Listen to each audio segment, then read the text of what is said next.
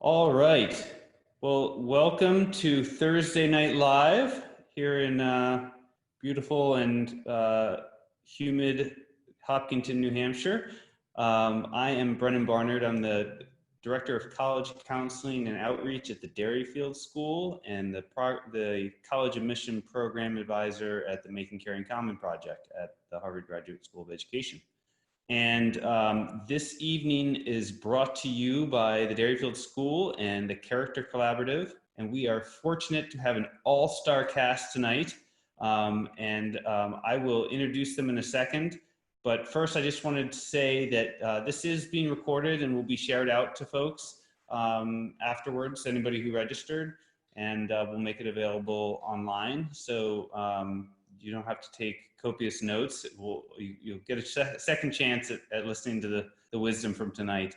And we're going to take questions using the chat function. So as we move along, feel free to, we're going to ask a few questions to begin things, and then feel free to just throw things in the chat and we will answer them as we see them come up.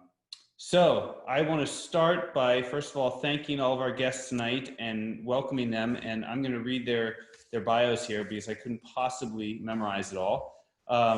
So first we have Liz Cheron, who is the Assistant Vice President of Enrollment and Dean of Admissions at Northeastern University. And after beginning her admission career in the undergraduate admission office at Stonehill College, she joined the Northeastern staff in 2009. And Liz has been heavily involved in regional and national professional associations, including presenting at conferences and serving as the chair of NACAC's, the National Association of College Admission Counseling's Admissions Practices Committee, advising best practices and ethics of the college admission profession, which has been a heavy lift this last year. So thank you, Liz. And then next we have Amin Abdul-Malik Gonzalez. And Amin is the Vice President and Dean of Admission and Financial Aid at Wesleyan University, his alma mater. His higher education admission experience spans 15 years at 3 highly selective colleges and universities, Yale, Wesleyan, and Swarthmore. Prior to his most recent return to Wesleyan, he served as the Director of Admission at Choate Rosemary Hall, an independent boarding school, and for 3 years. And before that, he served as the Associate Director of Undergraduate Admission and Co-Director of Multicultural Recruitment at Yale University for 8 years. In every professional role he has occupied, he has been a strong advocate for underrepresented students, especially those of first generation and extremely modest backgrounds. So welcome. And Amin and I actually got our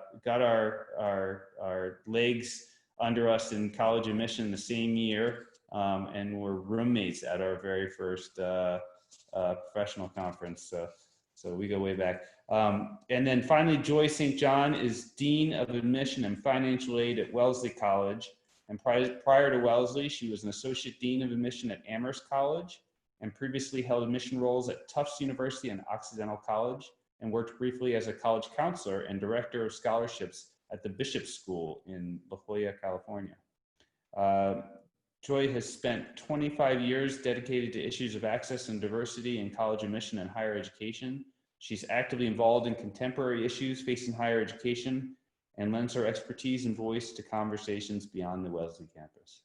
So, thank you. As you can see, we have some great experience here with us tonight, and we're thrilled to have them. And I just want to begin this like we have other webinars, and throw this question out to you about what is one truth about college admission. And there's a lot of hype and media attention to college admission a lot of times. It seems like every other day we have another story about somebody indicted or pleading something in the Varsity Blues scandal, and we have all kinds of different things. And but there's some enduring truths, I think, in college admission, and would love to hear. Liz, do you want to start and just kind of give some thoughts on that? Sure. I think one of the things that is overlooked when we look at the news media stories, and even when we, read social media or talk to people down the block is that the vast, vast majority of students to whom we offer admission every year are nice, normal kids. I think that there is, a whole urban myth that you have to have a patent or started your own business or cured cancer or done some extraordinary community service effort to be competitive in this process. And certainly I think the anxiety that something like Varsity Blues highlights is just another example of that. And yet the reality is that the kids that we are reviewing their applications and meeting them when we're doing recruitment travel or when we're doing information sessions are nice, normal, average kids. And so realizing that that is the norm within this process, I hope takes some of the pressure off of students to imagine how they're going to stand out just beyond being their amazing, unique, normal selves. That's what we're excited to learn about. Great point. Thank you. However, if one of them wants to find the cure for coronavirus, then we would be open to that. And we'll take them. Okay, there we go. Thanks. Amin, do you want to give us a truth?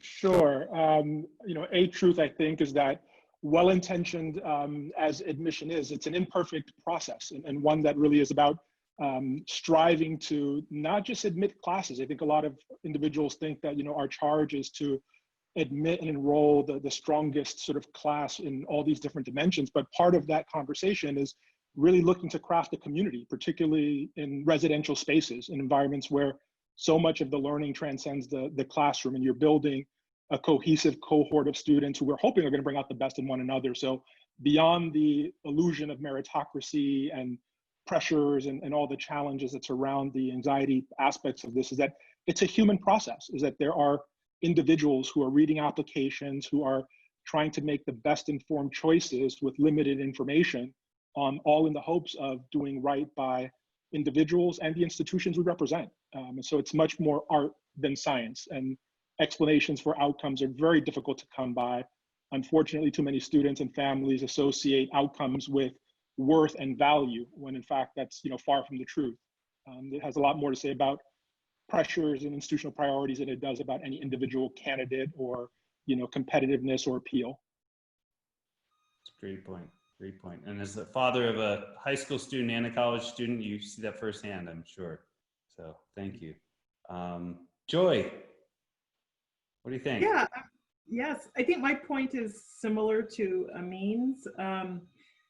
I do think that it's easy often for students and families to kind of come into the selective college admission process, maybe in some ways assuming that admission to particular institutions is a reward for hard work or success in high school.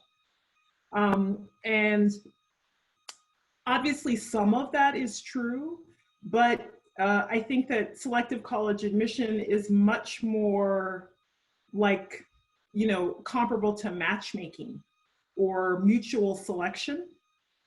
And so that means it is both difficult to predict, but it is also highly nuanced, right? So just like one picks one's life partner, right? Or if you're a manager in a company, the factors that you consider in deciding who to hire are mutual factors, and where your mutual interests are served.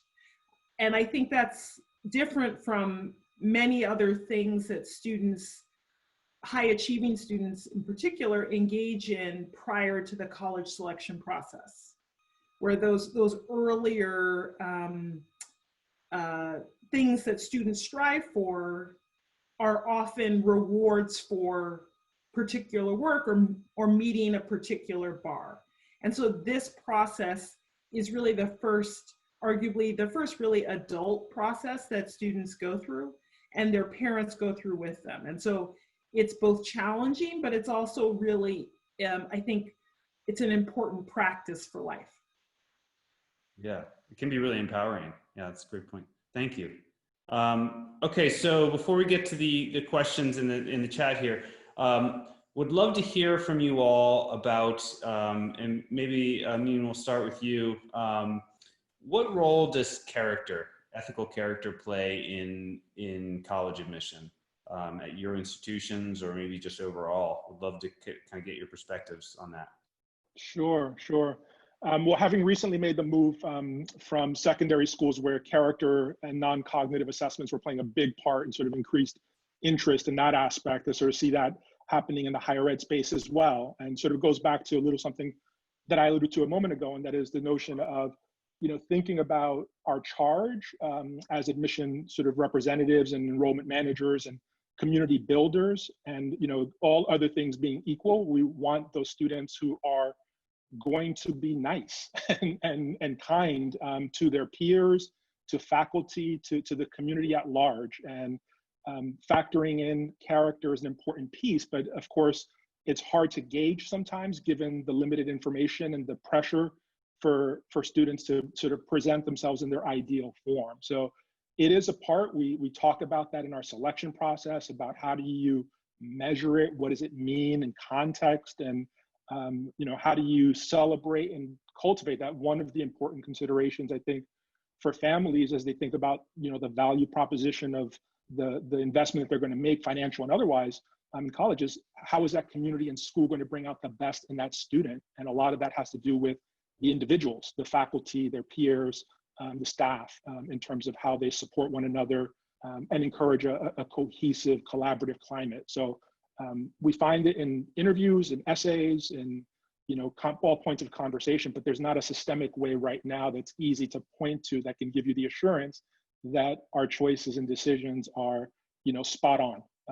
And so it is ongoing conversation. I'm open. I've heard Joy speak very eloquently and thoughtfully about this in her environment, and sort of trying to adopt some of her suggestions. Yeah, it's a central part of the work that we do. That's great. And it's interesting because it's this kind of the same for students trying to get a sense for the character of the college too, and the character of a community. Joy, since he mentioned your work, do you want to expand on that? Yes, I think Amin is right. I think that we are finally starting to do a better job of articulating something that I think we all believed was a part of the selection process, that character as part of the evaluation about, which students, if we bring together, can create the richest environment. Character has to be part of that, particularly when you're a small residential college like Wellesley. So I think we always felt that a character assessment was embedded in our student selection and the work that we did. But I think what we're doing a better job of now is we're starting to develop some shared language to really kind of talk about what that looks like. And the reason that shared language is important is that for most of us, the way in which we select students is a committee process. Multiple people review applications, multiple people come together to make a decision about which students to select. And I do think it was a challenge in the past that not every institution maybe put a lot of effort into creating some shared language around that character assessment. So I very much agree with Amin. I mean, I would live for the silver bullet thing that we could find to somehow assess or evaluate that. And I'm not saying like a test, but even, I don't know, a thing that students did or an essay question that they answered, but that doesn't exist. It's sort of, it has to be kind of in the water of the student, as in our instances, as she presents herself to the college. But I think where we're gaining some strength is starting to, not to decide who has better character than other, but when we're having conversations about students, because this is what used to happen in the past. So-and-so, great student, blah, blah, blah, great classes, real interests that I think would match well with Wellesley, and she's a great kid. We didn't all in the room know what she's a great kid meant. And now we have a few attributes and some shared language that we use to talk about that. Is she someone who shows a lot of empathy? Is she someone who has a lot of emotional intelligence? Is she someone who is powerful even if she's not very vocal, right? So I think that's what at Wellesley certainly we're trying to do a better job of. And we're also doing a better job of articulating that to the outside world. So when we presented our class profile last year, in addition to talking about the states that were represented and the countries represented and our average SAT scores and our rank in class for those who were ranked in class, we also listed the top non-cognitive attributes that seem to resonate most in our applications, because we wanted to signal to the rest of the world that we were doing that work of character assessment as we were making decisions, and that was something that we paid attention to. That's so cool. Great. Thank you. Liz, do you want to top this one off? Oh, I mean, that sets the bar pretty high, I will say. Yeah. But I think that the piece that comes to mind for me when you're talking about character and ethics, and certainly plays off of what both Amin and Joy spoke to, is thinking about authenticity. I think that when a student is able to really just be themselves in an application, I think that's when their application sings, that you get the best sense of them and what they're passionate about, sometimes which is quirky, sometimes which is surprisingly mainstream but interesting, sometimes which is impressive, and sometimes something that's mundane but really exciting to hear about. Regardless of the topic or what the student is elaborating on or what the recommenders are speaking to, I think for a student who in the application process is authentically themselves, I think that it both for that student, that's the best possible job that they can do. I have a 2-year-old and a 5-year-old at home, and we talk a lot about, your best is your best, and like, that's good enough, that's okay. I think that students realizing that them being authentically themselves is good enough. And then in the context of this process, our ability to understand the student that's in front of us, and be able to get the best feel for that student, I think is so incredibly powerful. And it is what elaborates well beyond the objective metrics that we have in front of us too. That's a great point. And when it comes to authenticity, you don't get much more authentic than toddlers, right? They are very authentic. Just put it right out there. And Bill McMurray makes a interesting point here in the chat that that there is a difference between character and personality, right? I mean, character, we're talking about non-cognitive skills like empathy and like resilience and those kind of things. And that's different. That's a little different than personality in terms of who you are in that way. It's a different layer, and so I think it's good. Like you said, it's good to separate those two. So building on that piece, Liz, of authenticity, how do you all? And this is a question for all three of you. How do you determine if a student's being authentic? Right? Because a lot of times, their college essays are being edited and over edited, and there's lots of other layers to this. What are your ways of kind of getting to that authentic student? I mean, do you want to? Sure.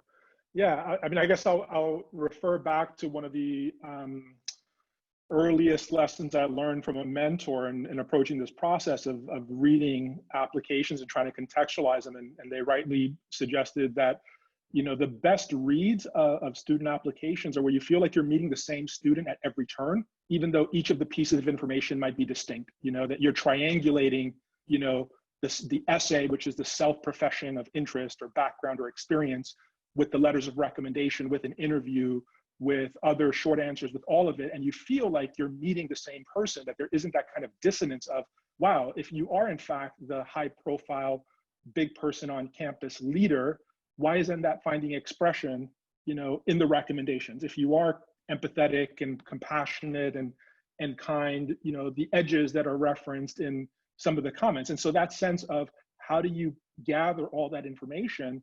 And sometimes it's less information than you would want or need, but you build that momentum. And so we're working very hard to try to read between the lines, to triangulate, to contextualize the factors that might influence a student who's very well packaged and positioned. It's hard to suss that authenticity out, when you're reading the voice of a 40-year-old man or woman and not a 17 or 18-year-old, young adult, right? And you can tell when they're writing up or when they're telling you what you want to hear versus what resonates. And so we're pretty astute readers of applications, and we have good BS detectors, having done this for a long time, and seeing young people in all different capacities. So I think to me, it's really that triangulation of information. Great point. Anybody else want to add to that? Are we good? No. Okay.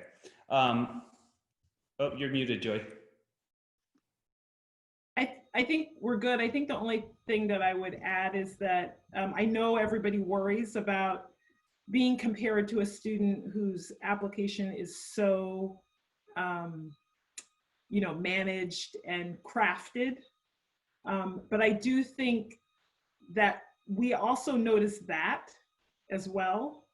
So we're a bit cynical when it's sort of many times when applications feel like they've been too heavily edited and managed, they kind of lose any texture.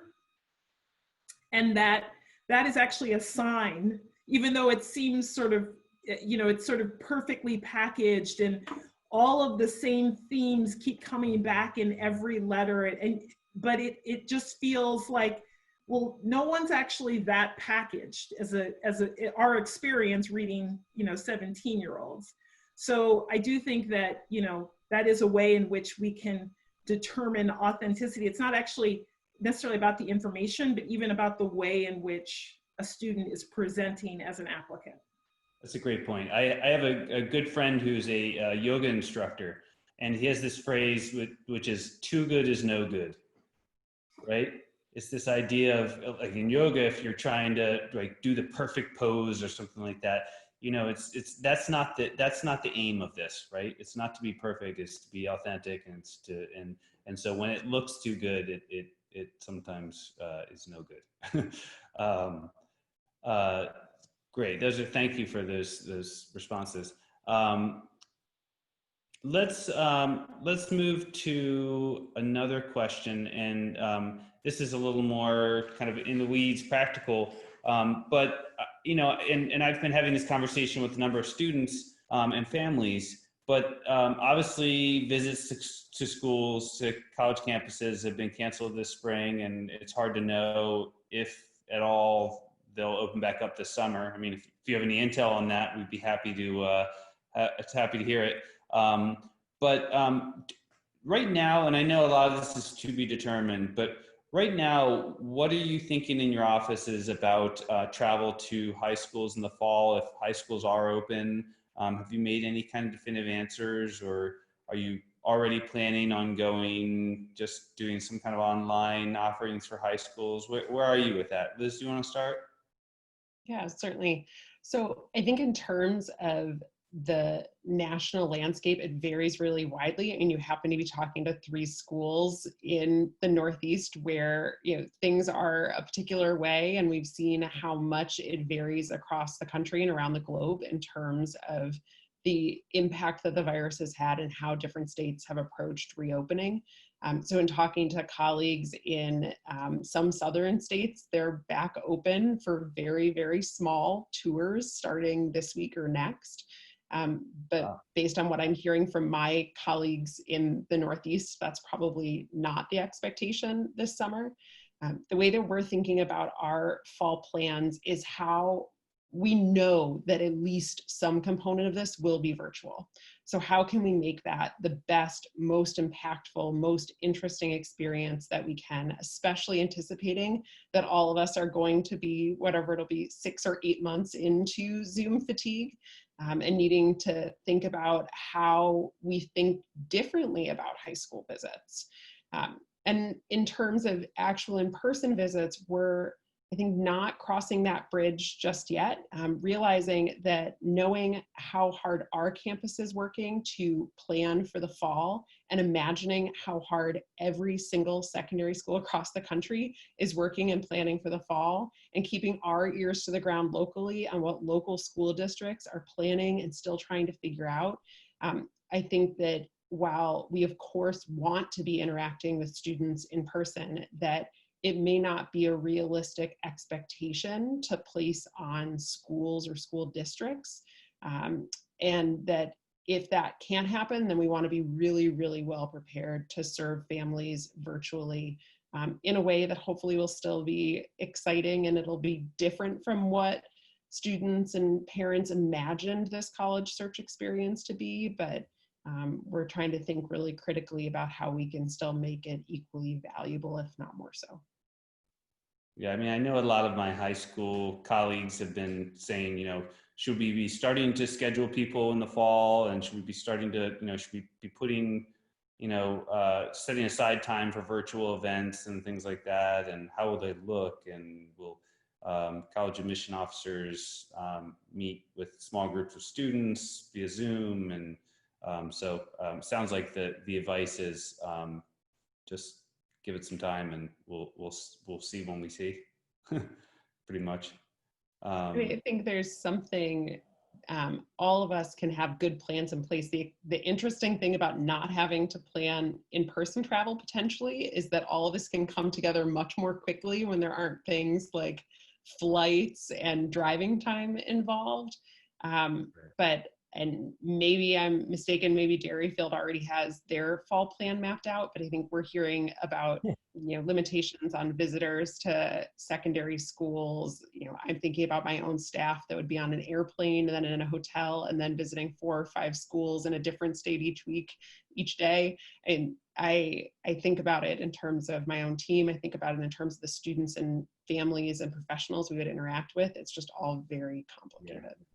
And in a way, it could open up more opportunity for, like you said, you know, if admission officers aren't running around from school to school, and the driving time and the flying time and everything like that, it could be that they have more time to be meeting one-on-one, or, you know, that kind of thing. So I can just jump in here for a moment. I think, you know, what Liz, we're in very similar space. And I think one of the interesting things about this pandemic that we're all going to sort of witness in short order in time is that it's going to exacerbate some real inequities. And even if there are school visits in limited capacities, which schools get visited and which audiences and populations are able to leverage the benefits, if you will be really revealing. And so I think what this does out of necessity for all of us is force us to think about being flexible and accessible, and being intentional in our outreach, so that we're not defaulting just to what's been done and sort of come back. I mean, I think we all probably remember 2008, when there were those hard conversations about economic pressures and how do you maximize, you know, your outreach. And I feel like this is a similar moment in time, very dissimilar. The magnitude is significantly greater. But I want my team to be safe. I want students and families to not be anxious and to get good information. And if we can do that through a hybrid approach that includes some in-person or some limited gatherings as well as some virtual opportunities, that's to everyone's benefit. I don't see these as mutually exclusive. And I think that's much the space that a lot of the contingency planning is operating in. It's everyone has a plan. In the words of Mike Tyson, everyone has a plan until they get punched in the mouth, right? And so we'll see what happens if we get punched in the mouth. Yeah, it's a great point. And it does, I mean, it does highlight some of those. I mean, there's always been inequities, right? And in terms of who can visit campuses, and also who has colleges that are visiting their schools. And this could kind of blow that all up and allow for some more of a level playing field in terms of access at schools, if we can do it right. Okay, let's see what some of these other questions are. Oh, here's a question. It kind of, I think, relates to demonstrated, kind of showing your interest in a school. if you were a student who was able to visit a school in the past on campus, should you still be kind of jumping on their virtual events and sessions and things like that? What would you recommend? Joy, do you want to give any thoughts on that? Sure. Actually, I've been knee-deep this week in signing off on our data for U.S. News and World Report. And one of the questions that it asks is basically, I know, exactly, but it's my job. And it's like, it's a lot. There are a lot of numbers. And one of the questions it asks basically is, do you consider demonstrated interest? And we always struggle at Wellesley with how to answer that question because it's just a yes or no, right? Could you explain a little bit, just briefly, what that is for folks? Yeah. And so demonstrated interest would be a student, you know, typically the definition of demonstrated interest would be a student engaging with the institution in some way that could be recorded and then considered later when the student submitted the application. So visited campus, if a representative attended their school, going to their to that meeting with the representative, and so we answer yes to that question, but we answer yes to that question only because of course we want students to show that they're interested in us. Part of the matchmaking is being able to identify students who seem legitimately excited about possibly attending Wellesley, right? So why would we just admit students, I don't even know what that would look like to not in some way consider that in making admission decisions. So, so I think, you know, one of the ways that one has historically done that is to visit campus. And now that we're thinking about an environment where, as Liz points out, much of our recruitment will, for whatever reason, if it's just regional or if it's across the board, will have to be done remotely, should students get onto the virtual, you know, presentations that are being offered by the schools. I can only speak for Wellesley, but for Wellesley, I would say yes, because we want you to learn more about us before you apply. It helps us make a better decision about a match. And the example that I give is more than once each year, we will read applications from very interesting, highly qualified students who don't seem to understand that Wellesley is a women's college. So why would we? You get male applicants then? No, they're not male applicants, they're female applicants. Oh, okay.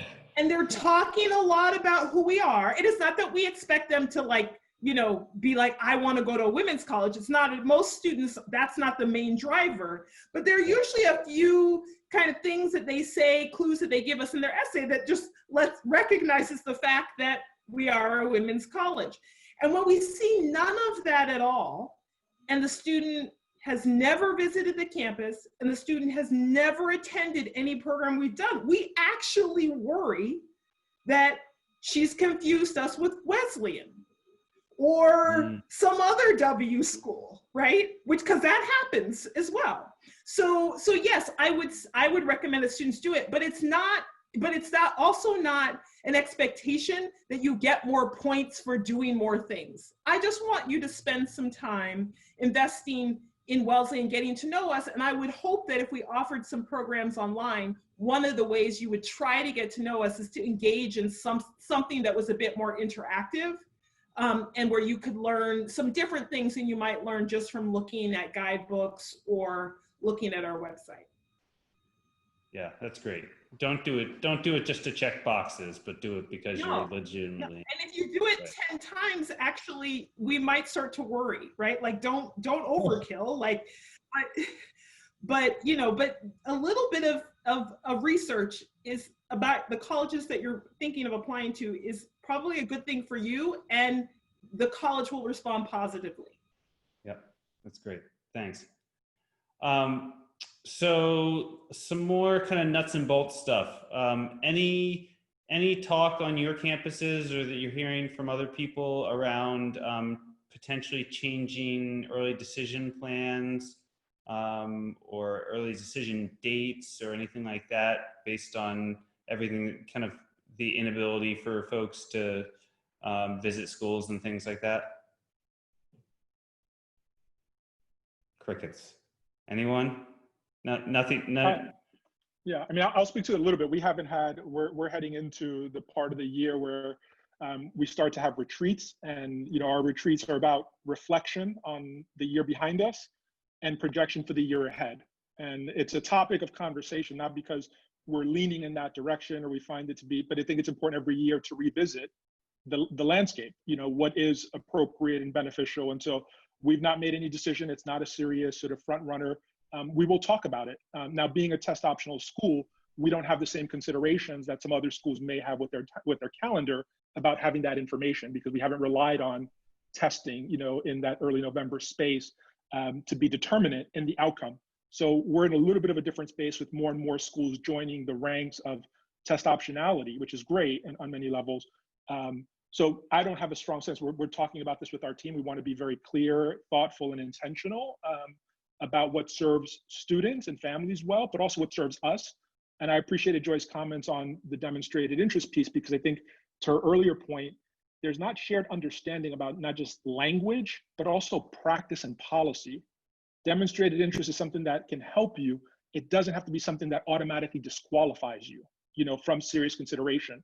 And so you can be affirmative in terms of need, in terms of demonstrated interest, without saying, oh, we will never admit a student if they haven't been to campus for a visit or an interview. But that's where a lot of people's minds go, because we're painting with a broad brush. What applies to one school must extend to many others, that particular practice. And I think it's important for us to differentiate and to sort of redefine the terms. I mean, on any school that has early decision, has demonstrated interest, right? You're matchmaking, and you're giving preference in some way, not automatically, but you are acknowledging a commitment and investment. That's a part of interest. So it's important to be, good faith communicators in that.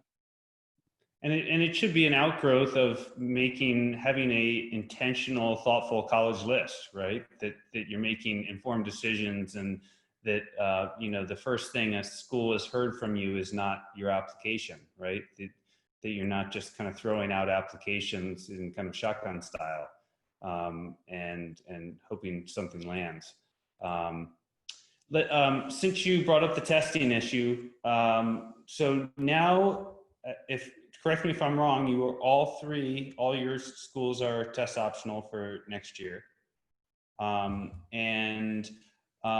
Liz, do you want to talk about a little bit? There's a question here about, will your College of Engineering also be test optional? And there's a question earlier about kind of a student who might have some test anxiety, and should they still, even though there's a bunch of schools that are test optional, should they still sit for the tests?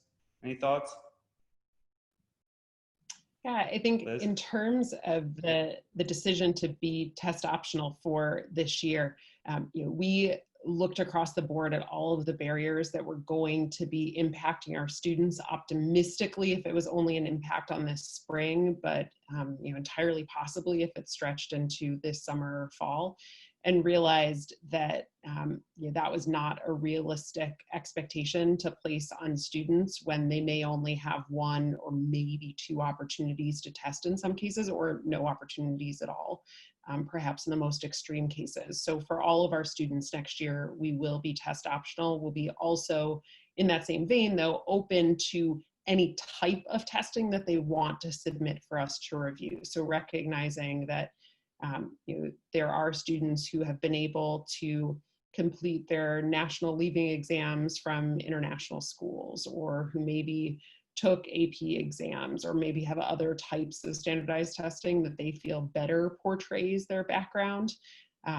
that we're going to be very much flexible in what we're reviewing for students, but nothing in terms of standardized testing is required to complete a student's application. And I think in terms of students debating whether or not to test, While there certainly has been a lot of movement this year in institutions either making permanent changes to be test optional or temporary changes to be test optional, there are still some institutions that are requiring standardized testing. So I think it's a valuable conversation to have probably with your college counselor and with your parents to be able to make an informed choice. Having taken a test at least once opens up some application opportunities that won't exist otherwise. If testing is a required component of an application, it's something that has to be completed. So it does narrow the choice set some. So I think for a student who may be able to take testing, if they're able to take those tests and then determine after they've reviewed their scores whether or not that's something that they want to be a component of their application process, in many ways that at least leaves the doors open a little bit longer for them to be able to make decisions about where they want to apply, how they want to submit their application, and all of those pieces together. But I think it's a really individual choice, probably based on that individual student and that individual student's list and situation. Right. Yeah. I mean, like with test anxiety, if it's something that's going to really create a lot of anxiety for a student, then you have to weigh that with what your goals are, right? And make decisions accordingly. And I would just add that there's a question about, are subject tests optional? I mean, that's yes, for most schools. I think it's really important, again, to be really understand for each school that is on your list what test optional means, and how that specific policy plays out on that campus. Like just what you were saying, Liz, around kind of tests, taking all kinds of different tests and looking at those. I can see students submitting their driver's test that they passed with flying colors. But being aware of what a school will take and will look at favorably, I think is really important to take on a case-by-case basis. All right. So this is a question, and we've gotten this, I think, every week for the last 2 months. And I'm going to ask it again because it's always evolving. But what are you hearing or what are you seeing in your pools with deferrals for student? Maybe we can start with you, Amin, in terms of students from the high school class of 2020 requesting deferrals for next year, and if so, how that will affect the current juniors in high school and all those issues. Sure. A very important topic, and one that's important to put in the context of specific schools when we think about deferrals. How many is typical in a normal year? What is the impact on that? So at Wesleyan, we have, in any given year between 15 and 20 or so, who choose to enroll in the following year to pursue a variety of situations and interests. And we're supportive of them generally. They arrive happy, relaxed, prepared to engage and contribute. And so this year we're ahead of where we were last year. No real surprise there, with a June 1st deadline for that.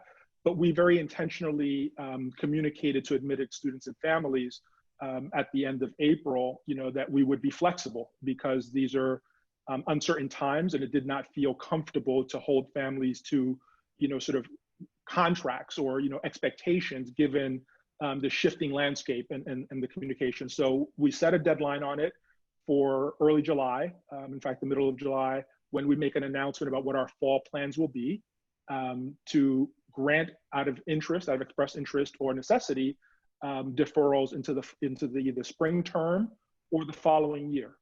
We don't want students to be here who feel under pressure to travel if they don't feel safe or for other reasons, or if we're not offering the experience that they had invested in when they made that commitment. So right now, we have twice as many deferrals. We're not concerned from the standpoint of shutting out. The big consideration is, are you effectively limiting the rising senior class of 2025, college class of 2025, by being too generous? And I would say, we're gonna not be blind to those issues, but we'll cross those bridges when we get to them. The first charge is to do right, by our current students, by the currently admitted students, without forfeiting the ability to serve the next generation and cohort. And I feel like we're balancing that with clear, hopefully transparent communication. And we may have to set some limits if we get a mad rush. If you can imagine, if in mid-July, 200 students decide that they're not going to show up on campus, but the reality is, what would we do otherwise? How would we not honor that? What's the enforcement mechanism, if there is one, and who wants to be in a space where you're doing that? So we're very flexible right now, and trying to be supportive. That's great. Any other thoughts, Liz or Joy? Joy, do you want to add to that? Yeah, we took a slightly different approach. We are very concerned that we don't want it to be harder to gain for current juniors to gain admission to Wellesley. So we have a June 1 deadline for students in the class of 2024 to let us know if they wish to be considered to be approved for a gap year. And we are holding that deadline. And then we have a cap in mind. Not going to share what that is, but we have a cap in mind to say that, there's only a certain number of requests that we're going to be able to approve in order to make sure. So it's going to be more than we would typically, but it's not going to be so many more that we think it's going to really decrease students' ability to gain admission next fall. We also don't have the option to just defer someone to spring. So everyone would have to go into the fall, which effectively means they would be holding spots in the class of 2025. Our compromise is that if we may not reach that cap by requests by June 1st, but if we do reach that cap, the students whose requests are denied are going to be put on a sort of wait list. And once we have some final, and we will announce something by July 1st, but we all know that this virus doesn't care what our deadlines are. So even when we announce something by July 1st about what our plans are for the fall, they may have to change. But as we develop a plan and let families know that, if some of the students who've been approved for a gap year decide that they want to re-enter the class, we would go back to the students who had been denied their request to see if they would still be interested in taking a gap year. And it's a really challenging place to be in and to explain to families, but we've been thinking actually about 3 groups: the students who we admitted, the students who we have on our wait list, some of whom, are very eager and would be happy to go to Wellesley in the fall, regardless of whether we were remote or on campus, and the students who are juniors in high school now and plan to apply next year. And so we tried to, make a decision that tried to honor all 3 of those groups as best we could. It's all about compassion and compassionate approach to this as much as we can. Especially when, like you mentioned, when we're constantly getting punched in the mouth. Liz, do you want to, especially because you guys kind of have a little different situation with your NUN program and some other things, you want to comment? Yeah, I think this is one of those myths that has been circulating, I think, in the news media. And once the media gets their teeth into a story, they're really excited to talk about it. This idea of deferrals and gap years. And speaking for my own institution, but I think what I've heard from a number of institutions is that while certainly we have seen way more questions about gap years than we would have in a typical year, our requests for deferrals, and we have a July 1 deadline, are flat. And so we're encouraging students who intend to take a gap year, meaning something that they planned ahead of time, where they have a structured plan in place, whether it's doing service, I would imagine this year it's probably not traveling, whether it is an entrepreneurial endeavor that they're diving into, or an internship or something of that nature, that if they've planned that, then we are happy to talk to them and bring them through the deferral process. I think where we're working with families that are anxious about the uncertainty of the fall, and we're an institution that already has made public-facing statements about our intention to be open on ground in a safe and somewhat modified format for the fall, that we want to talk to those families to try to ease their anxiety and try to help them to work through that uncertainty. I think that when we think about the idea of gap years next year, I think it's all well and good to, and I recognize this is not necessarily what any student had imagined their first year in college to look like. It's going to look different, I think probably unavoidably. And at the same time, if we're in a situation where this looks so radically different from how they imagined their first year of college, I also would imagine that the world around us looks radically different.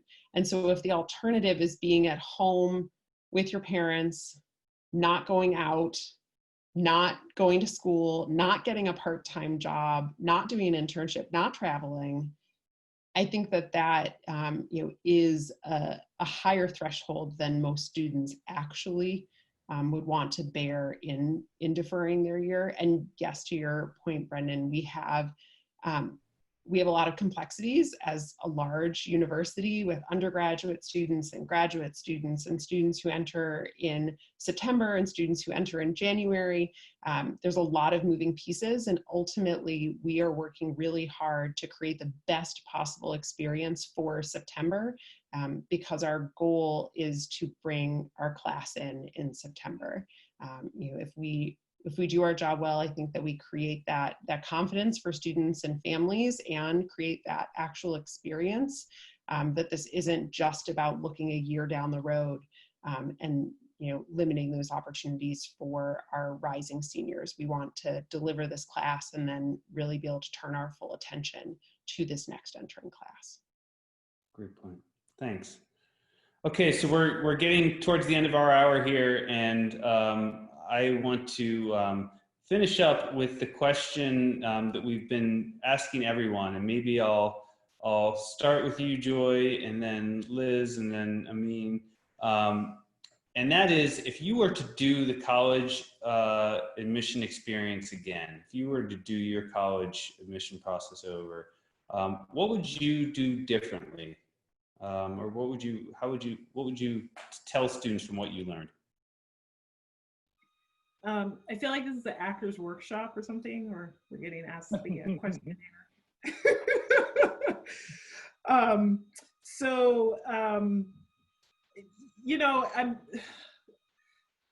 I was in high school a long time ago now, so it's hard to actually remember kind of what space I was in. As an adult, looking back on the process of applying to college and the circumstances of my family, I grew up in a household where no one had actually graduated. In my household, I graduated from college when I was applying to college and went off to college. I think honestly, I would have devoted more time to the healthiest relationships in my life at the time, right? Because when I think about the things that have made me successful, in some ways monetarily successful, but I also think made me just successfully emotionally, like, how do I handle a pandemic and having a busy job and a spouse, and I'm also teaching 4th grade social studies and math on a daily basis. What things prepared me to manage this relatively well? I think it really is all those things that fostered the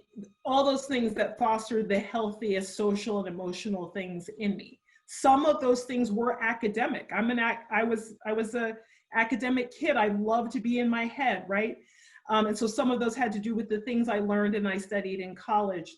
But some of those things were also just about the skills that I developed to engage people in a healthy way, and to actually to be able to read and respond to people in a relatively healthy way. So I think that's one of the most important things probably about my past, and something that I started to learn as I was going through the college process that I would invest more energy in.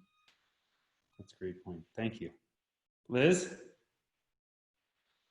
So I think the fun part, and maybe this is the admissions nerd in me, but I think working within higher ed and now looking at this process from the other side, the part that I get really excited about is thinking about how my life would be different if I had attended a different school. Like, what would I have turned out to be had I gone to Wellesley, and how would my life have turned out if I had gone to Wesleyan, and so on and so forth. That's kind of the fun of visiting other college campuses. It's the fun of getting to meet with students and imagine them at my institution, but also then realize that some of them are going to choose other places.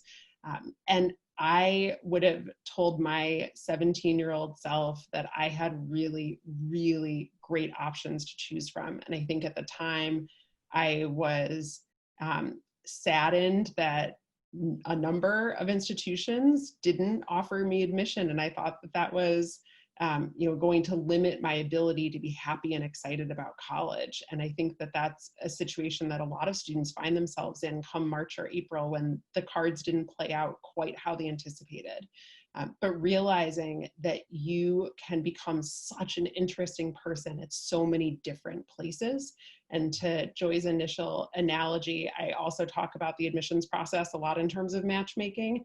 But I think it's realizing that, not unlike finding a partner in life or in other things, that there's more than one place that can probably make a student happy, and that you'll be a really interesting individual, probably in a number of different contexts. So being hopefully excited about your whole college list, as opposed to feeling like you have to identify that one perfect place, because there's a lot of really interesting institutions out there, and you'll become a cool person coming out of a lot of different places. It's a great message. Thanks. Amin, bring us home. Wow, well, I mean, you're forcing me to rethink some interesting times, being where I am as a first generation student to college. I don't think I know that I wasn't as strong a self-advocate as I could have been. And I depended a lot on information that was secondary information from other sources, some well-intentioned and some not. And I think in retrospect, if I had to do all over again, I would have tried to be a better consumer of information and more reflective about my own needs and wants. It's easy to fall victim of, talk about fit. And I think Liz echoes, makes this great point about you could be happy at a lot of places. We often think about fit as the one place, or the ideal partner, the ideal institution. And yet it matters far more what you do wherever you land than where you actually go. And fit is something that's going to evolve with you. I wish I'd stretched myself and had people to encourage me to be my own best advocate. As a student athlete, I felt handed off from one coach and mentor to another, and that was great because they had good intentions, but ultimately they weren't me. And you have to navigate this process on some of your own terms, with your own needs and some of your wants versus well-intentioned parents, peers, teachers and others who aren't going to navigate that space in the way that you are. So be your own best advocate, take care of the little things, the big things take care of themselves. That's great. Well, I am grateful that your paths brought you to where you are today and here with us tonight, and really appreciate you sharing your thoughts with us. And next week we will have, it'll be our last Thursday Night Live, at least before, maybe we'll pick it back up in the fall, who knows. But we will be joined by Deborah Johns, who is Amin's old colleague at Yale University, and by Ken Anselman, who is at Lawrence University. And then we also have Ryan Hargraves from the University of Vermont. So it will be another engaging conversation. But thank you all for all that you do, and for being advocates for students and families, and for sharing your time with us tonight. And be well and stay well. Take care. Thanks.